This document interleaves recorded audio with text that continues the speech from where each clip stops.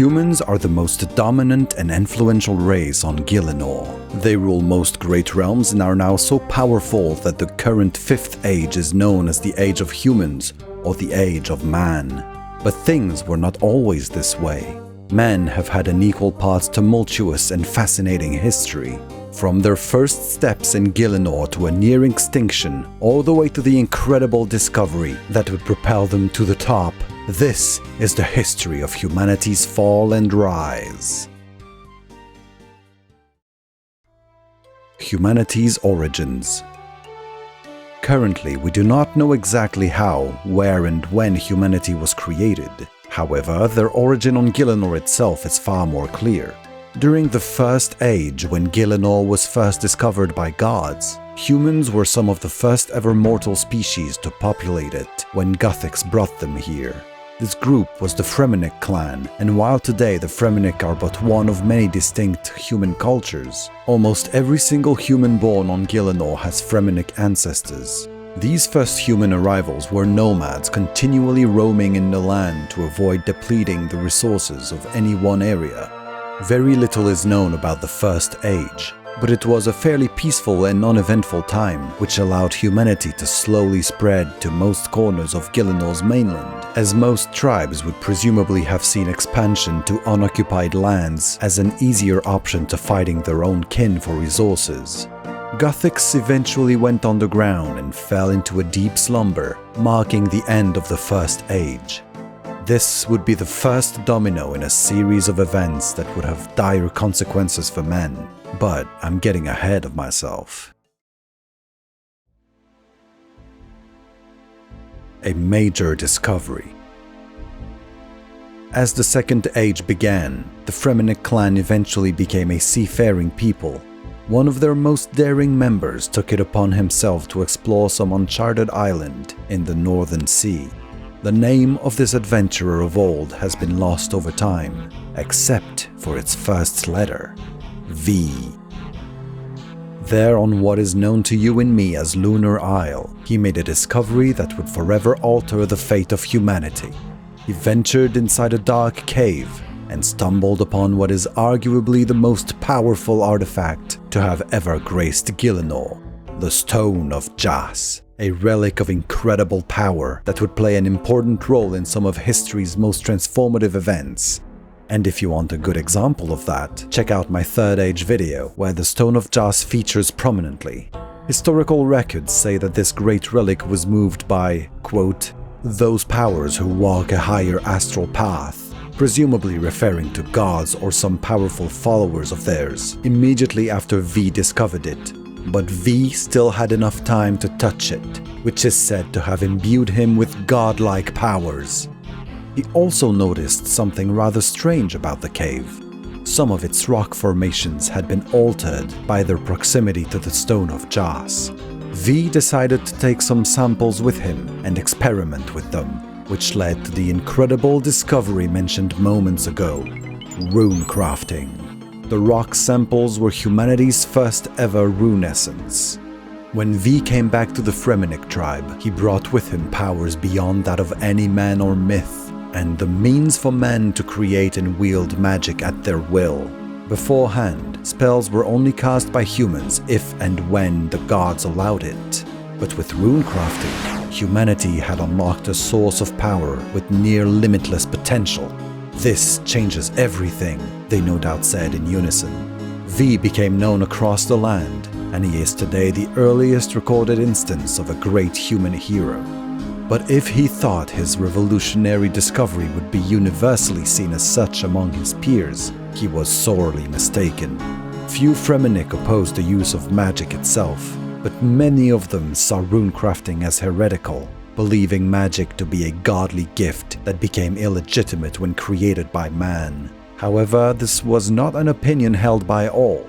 Many realized that the creation of runes brought with it immense potential for their kin, and were more than happy to side with V, who was held as a great hero even to the opposing camp, as they believed he alone had earned the exclusive right to use magic. Nevertheless, the argument became an increasingly critical and polarizing one among humanity's primordial tribe, threatening to split their early society in two. Soon enough, those who supported the creation of runes began feeling alienated from the Fremenic clan, instead referring to themselves as the Moon Clan, in reference to the shape of the island where their rune essence was harvested. The Moon Clan believed the use of magic should be spread and democratized among humanity, so they embarked on a mission to do just that. They traveled every corner of Gielinor where human tribes lived, seeking out rocky formations with very specific characteristics that made it possible for them to be turned into the finely tuned runic altars, gateways to otherworldly planes where those with rune essence could craft different types of runes. They even erected temples to house these altars. All of this greatly angered the Fremenic clan, who remained steadfastly opposed to what they saw as an intolerable sacrilege. They had had enough and decided to put an end to their former kinsman's blasphemy. Just as humanity was getting a first taste of their greatest ever innovation, it all came to an abrupt stop. The Moon Clan was banished from the continent, forcing them into a permanent exile on Lunar Isle. This caused the humans on the mainland to lose access to rune essence, snuffing out the budding field of rune crafting across all of Gielinor. Sorry, almost all. For on Lunar Isle, the Moon Clan still developed their magical abilities. They had access to the only known source of rune essence, but not to the runic altars. This situation forced them to adapt, and so adapt they did. They developed their own school of magic using the one abundant runic supply they had, astral runes. This would lead to the emergence and evolution of lunar magic. Breaking the timeline slightly, the Moon Clan's magic would become such an integral part of their lifestyle that after generations upon generations of men using it in the course of their everyday life, the men of Lunar Isle would eventually develop the ability to cast lunar spells without the use of runes, an ability they still possess today. But for the rest of Gielinor's humans, life more or less reverted back to the First Age status quo, at least for a time. However, with Gothics no longer keeping a watchful eye on this world, gods from other realms began slowly taking notice of this potent land. Most of the gods we know and remember today came to Gielinor around this time, bringing their followers with them. Many of these new arrivals were much bigger and stronger than humans, and as the new gods began spreading their influence and organizing societies, they often subjugated the human tribes they came across. Over the course of the Second Age, humanity would see its living conditions deteriorate as most humans became at best second-class citizens of large empires and powerful realms who looked down on them as an inferior species. And yet, the generations who lived in the Second Age were the lucky ones, compared to what was to come. The God Wars and Dragonkin conflicts.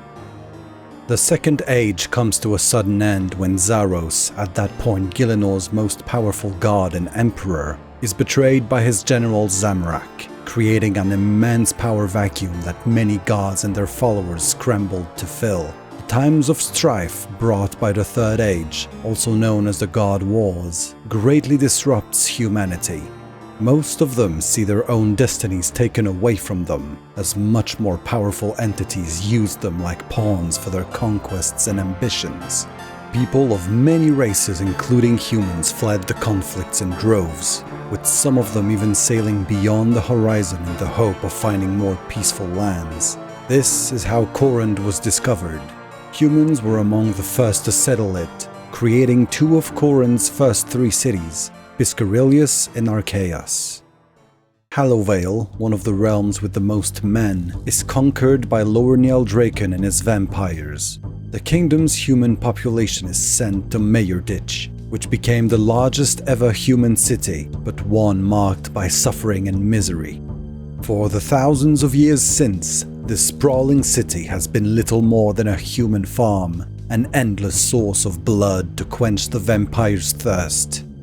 A few years after the invasion, Humanity gets new heroes when 6 brothers spark the Saradominists' crusade, attempting but ultimately failing to reclaim Hallowvale. I won't be going over the details of this story here, but this one is also covered at length in my Third Age video. Towards the God War's endgame, the greatest city in history at that point, the Zarosian Empire's capital Sentistan, is destroyed by Zamorak's troops. Its ruins are retaken by a Saradominist force, and settlers are sent to rebuild and repopulate it, marking the creation of the city of Saranthium. There is clear evidence of many humans settling there. The God Wars ran their seemingly interminable course, leaving behind 4,000 years of widespread major conflicts, where humans are used as little more than cannon fodder by most belligerent factions. This leaves humanity on the brink of extinction as the Third Age ends and gods are banished from Gielinor. But fate had one last curse to throw humanity.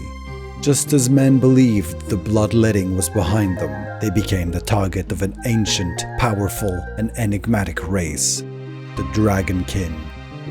The reasons behind those attacks are unrelated to humanity, but long story short, thousands of years of suffering caused the Dragonkin to harbor a deep rage that some of them chose to ease by organizing repeated attacks against human settlements.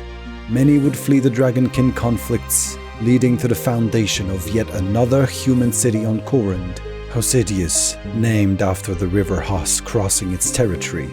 Humanity, already badly cold by the God Wars, fought a losing battle against the new existential threat of the Dragonkin, until the discovery of Dragonbane weaponry in a place known in historical sources as Kethsi. While the location of Kethsi and the nature of the weapons found there are unknown, their effectiveness against draconic creatures allowed humans to turn the tide of the conflict, prompting some of their enemies to create secret labs where they would attempt to create increasingly dangerous creatures to help them regain the upper hand.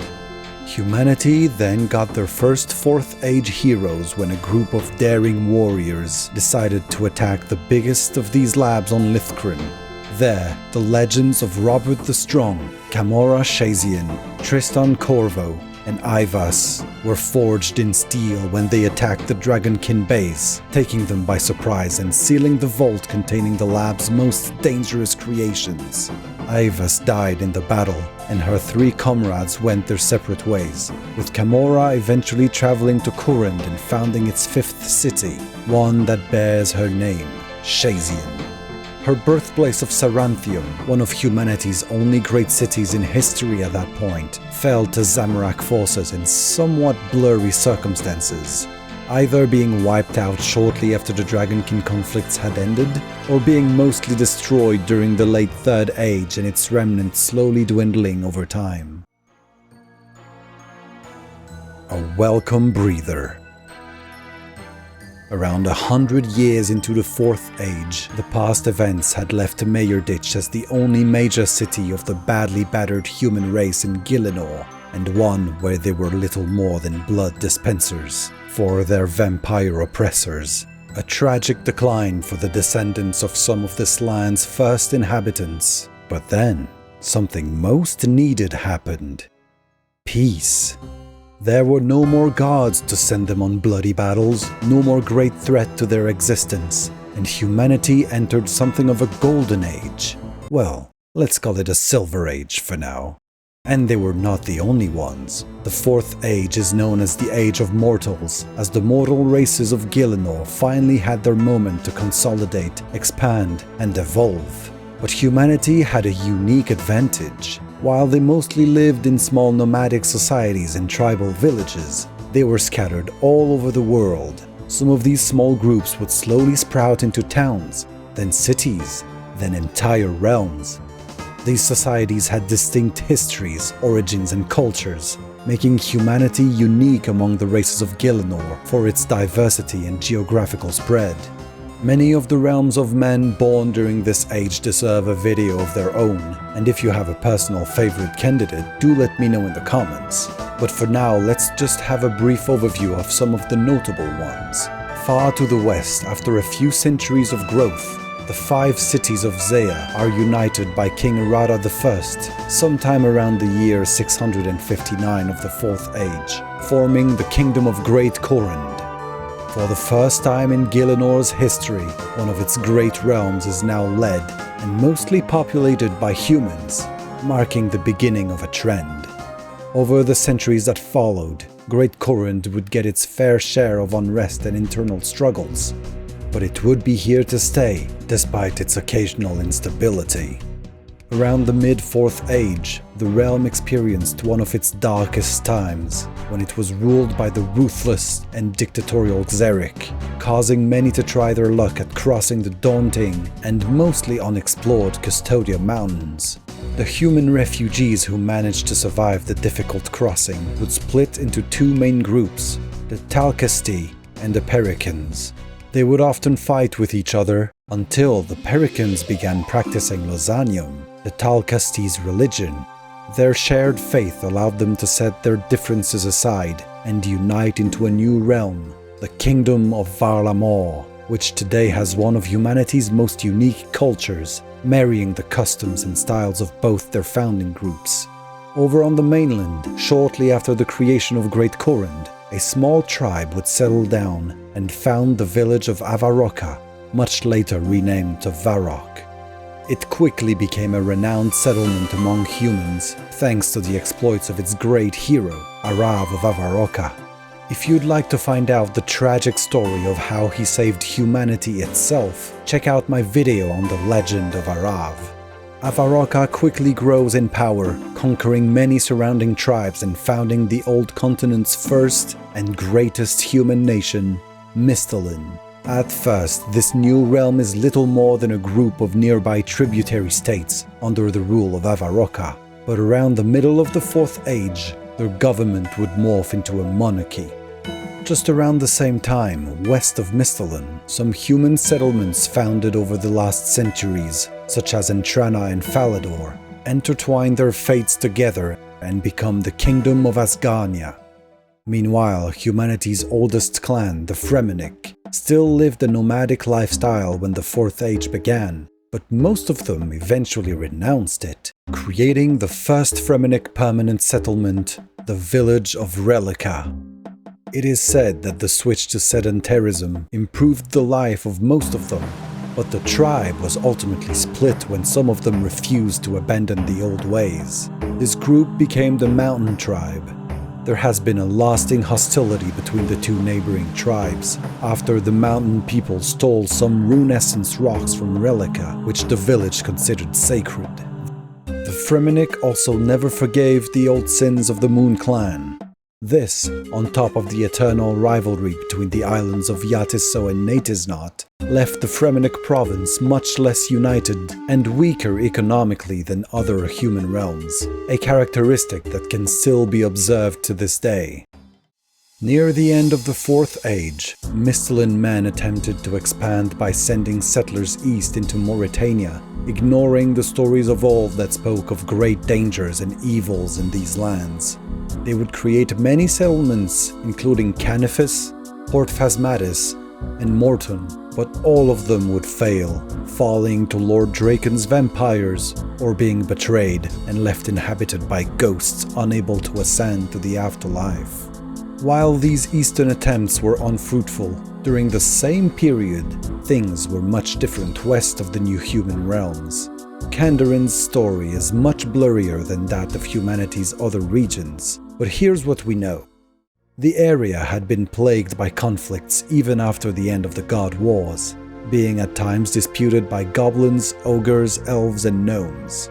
Around the end of the 4th Age, these conflicts had finally mostly subsided, leaving a power vacuum between Asgania and Tiranon, the elven lands beyond the Galarpos Mountains.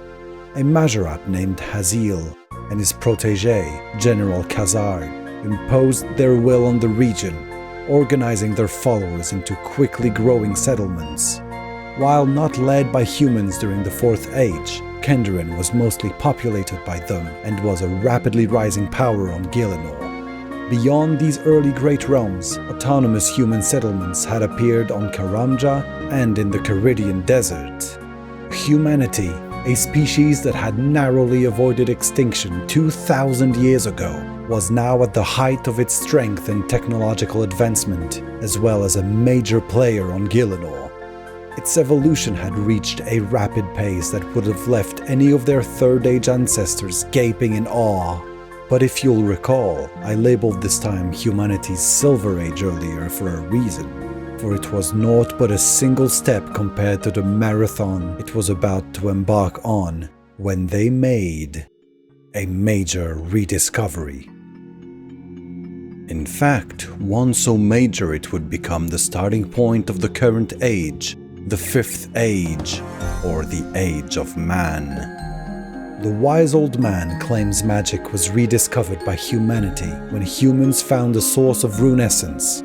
One of these, that is, not the one on Lunar Isle, where the inhabitants had known about magic and rune crafting all these millennia, but were still cut off from the rest of Gielinor. This lucky find allegedly led to the formation of the Order of Wizards, committed to the study and mastery of magic.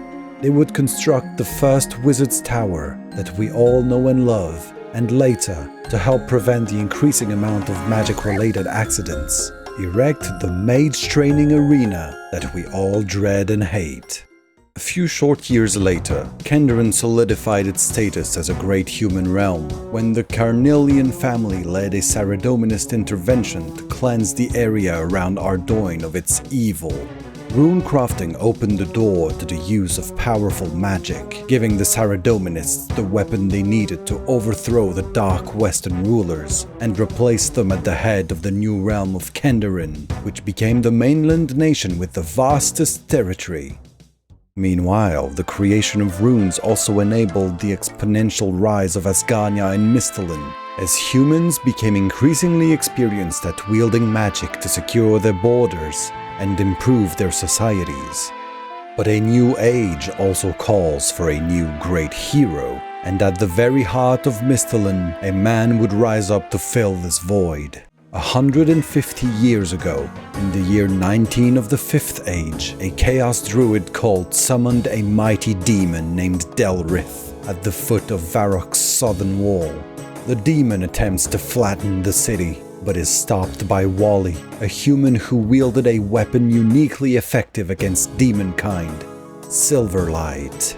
Little else is known about Wally, but his renowned artifact would eventually be passed down to his grandson, Sir Pryzen, a knight of King Rold III. 23 years later, something that should sound awfully familiar would threaten humanity's blistering progress. Some disorganized Fremennik tribes, often referred to as barbarians, take offense to humanity's increasing production of runes. They believed the creation of magic to be sacred and exclusively the realm of gods, a completely novel ideology that couldn't possibly lead to terrible consequences for humans. They bravely resolved to repeat history's mistakes in even mistakier ways when a Fremennik warlord called Gunnar mobilizes their warriors and embarks on a bloody campaign remembered as the Rune-crafting Crusades. The main objective of the Crusaders was the annihilation of the runic altars, as they were the root cause of their anger. However, it seems the barbarians misunderstood their nature as they focused their efforts solely on the entrances that had been built to give convenient access to the altars themselves. Erdan, the Mythos Guild's smith, claims that during this time, the invading army's formidable wrath sent ripples through the dimensions and allowed for the discovery of the Wrath Altar. A temple is built at its entrance, yet immediately after its completion, Gunnar's troops razed it to the ground. Near this altar lived a nomadic tribe, the sect of Uld, that did not take kindly to this wanton destruction. They had acquired great powers through the use of the Wrath Altar, and they did not hesitate to showcase its extent. The sect founded the Myths Guild, an organization dedicated primarily to the protection of deep knowledge. It is said they created new spells and used them to devastating effects, obliterating the southern detachment of the Fremennik Expeditionary Force with little difficulty. But unlike the members of the sect of Uld, To the east, many men were sympathetic to the Crusaders' cause. 5 years after the beginning of the conflict, many of them would combine their efforts to help the Fremennik by destroying the original mage training arena, eradicating one of humanity's symbols of the runecrafting revolution.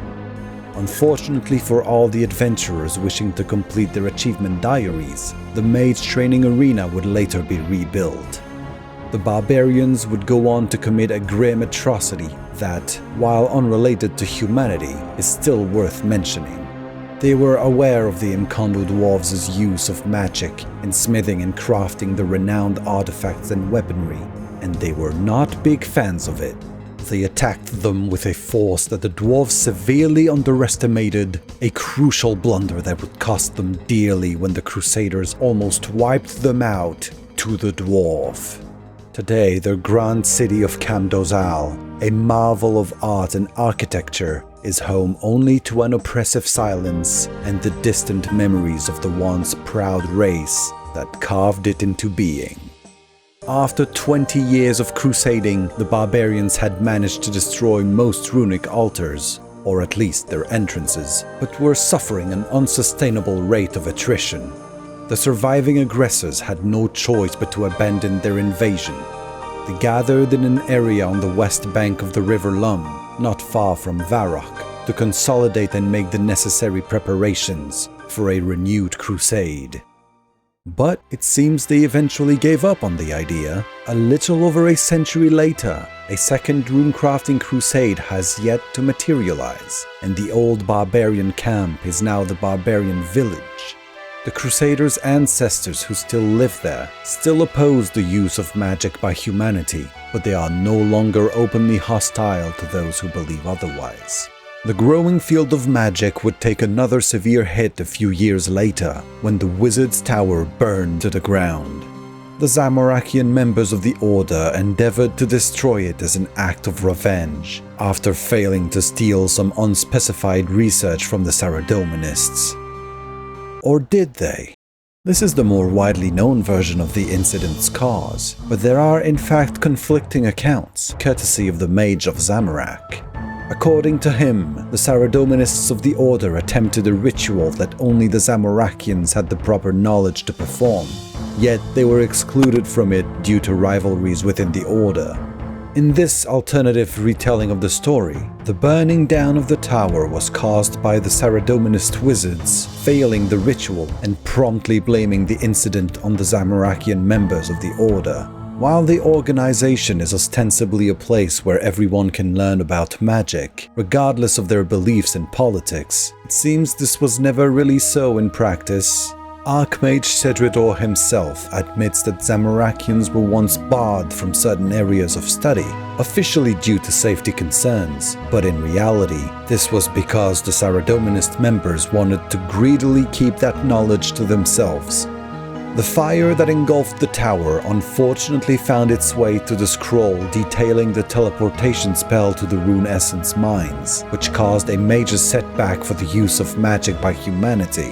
They still had stockpiles of Rune Essence, but could no longer afford the widespread liberal use of spells, now that runes were a finite resource. Whichever version of the tower's destruction is accurate, the Order later rebuilt it, but the Zamorakians no longer had any illusions of being wanted within their ranks. They split up into their own magic research organization, founding the Zamorak Magical Institute, or ZMI, which today is in many ways more advanced than the Order of Wizards when it comes to runecrafting, as they have taken control of the Urania altar and figured out how to use it, as well as having found a way to other runic altars through the Abyss. Guthix willing, maybe one day, some adventurer may be able to help the Order catch up to them and find their way to the Rune Essence mines once again. This event now brings our tale to less than 100 years into the past. Since then, the realms of men have been growing ever more advanced and dominant on this land, although they certainly haven't done so without challenge. The splitting of Ardoin after the unexpected death of King Ulthus, a gnomish conspiracy to invade humanity, a growing shadow in the north threatening to destroy Varrock, a sea slug attempt to take over the world, the burgeoning island of Krandor being destroyed after the awakening of a long-lost dragon within its volcano. The list goes on, but while all of these events are noteworthy in themselves, this general overview of humanity's history and pivotal moments must be brought to a close. A race that laid eyes on Gielinor before most and almost disappeared off its face, only for its last spark to ignite a revolution and bring about a new world order.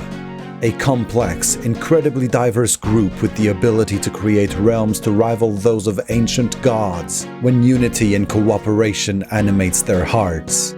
May the curiosity and ambition of this fascinating species help it iron out the issues facing its societies, the same way it has helped it seize and shape the very world it now dominates.